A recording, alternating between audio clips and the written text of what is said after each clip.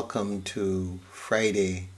It's the end of our week, the end of another series of morning devotions for the week. I want to express my thanks to all of you for joining me day after day.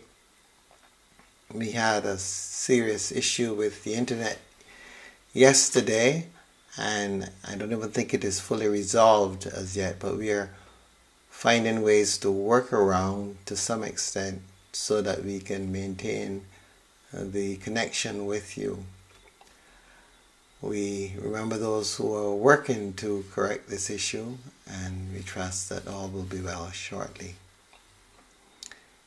Yes, it is the end of another week, and it has been a joy just reflecting on God's Word during this past week and sharing all that has been coming to me, and knowing that it is because of your presence and what you need to hear that I have received what I have received, so that we can all benefit from these times together.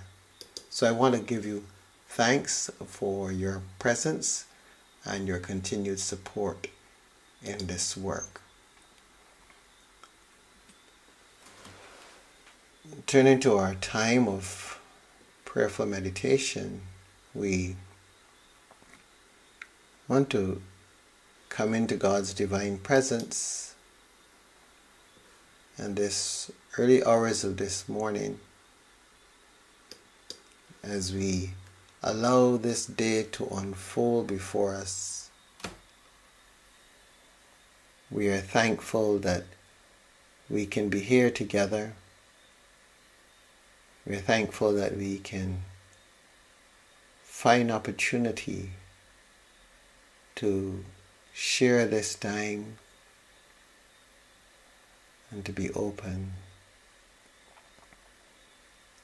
As we breathe this morning, we do so mindful of all that has taken place for us during the past week, all that we've learned, all that we've seen, all that we've experienced.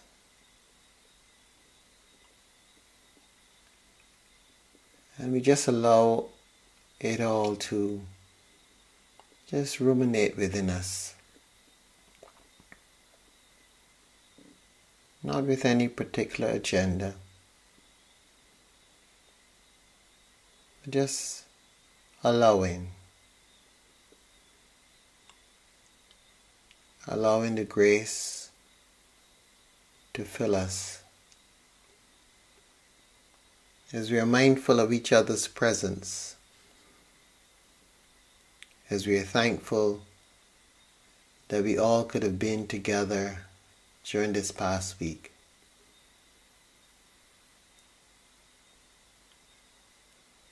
And that we could benefit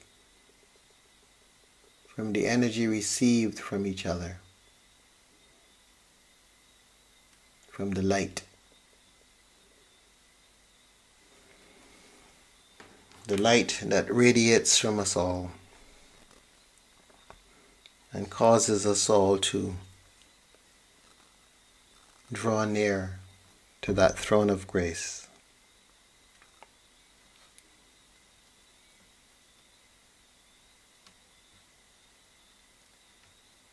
In this moment of quiet then, we come seeking a way forward. We come seeking all that the Father has for us.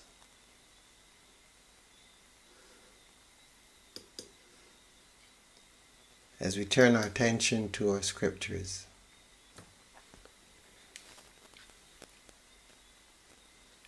and we read from Luke 9, verse 28. Now about 8 days after these sayings, Jesus took with him Peter and John and James and went up on the mountain to pray.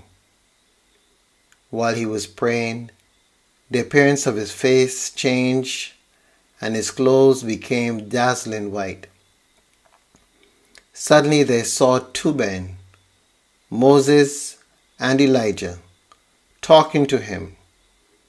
They appeared in glory and were speaking of his departure, which he was about to accomplish at Jerusalem. Now Peter and his companions were weighed down with sleep. But since they had stayed awake, they saw his glory and the two men who stood with him. Just as they were leaving him, Peter said to Jesus, "Master, it is good for us to be here. Let us make 3 dwellings, one for you, one for Moses, and one for Elijah," not knowing what he said. While he was saying this, a cloud came and overshadowed them, and they were terrified as they entered the cloud. Then from the cloud came a voice that said, "This is my son, my chosen. Listen to him." When the voice had spoken, Jesus was found alone, and they kept silent in those days and told no one any of the things they had seen. The word of the Lord.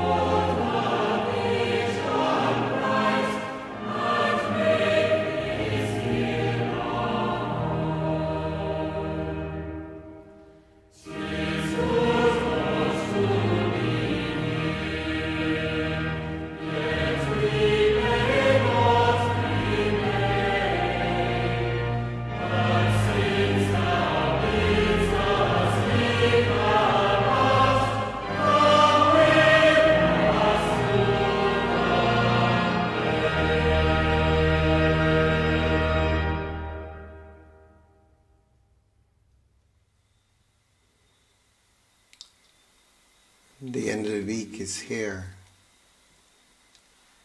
and we have these wonderful words. "This is my son, my chosen, listen to him." And we are being asked today to listen.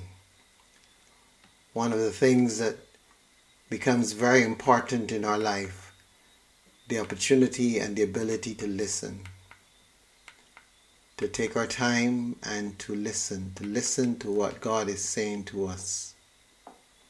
To be able to appreciate the words brought forth to us through scriptures, through our own experiences, through those times alone with God.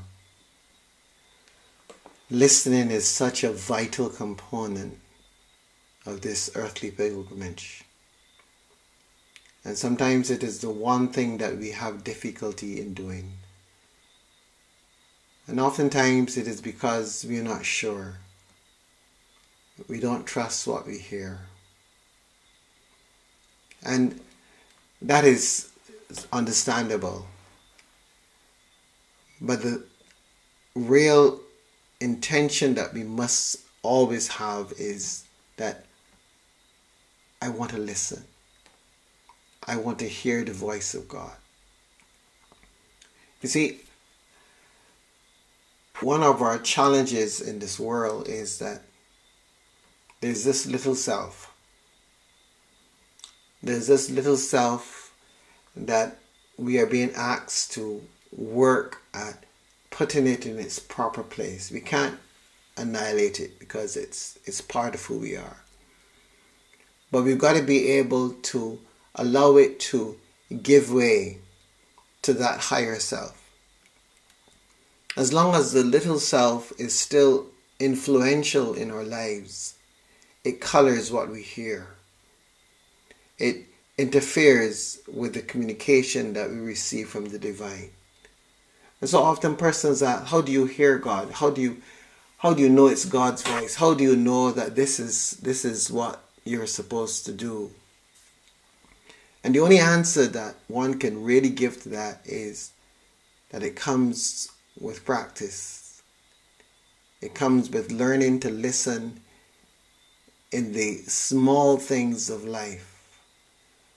It is not about listening when there's something major to know. Because when there's something major to know and we try to listen, oftentimes what we are really hearing is our own egos putting out for us what we would want to occur.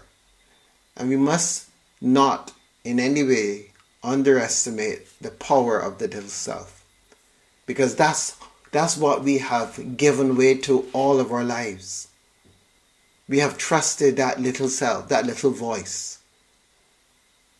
But when we begin the spiritual journey, we've got to get beyond that little voice that sounds so large and is so forceful and shows up in the places that we wouldn't expect it to show up.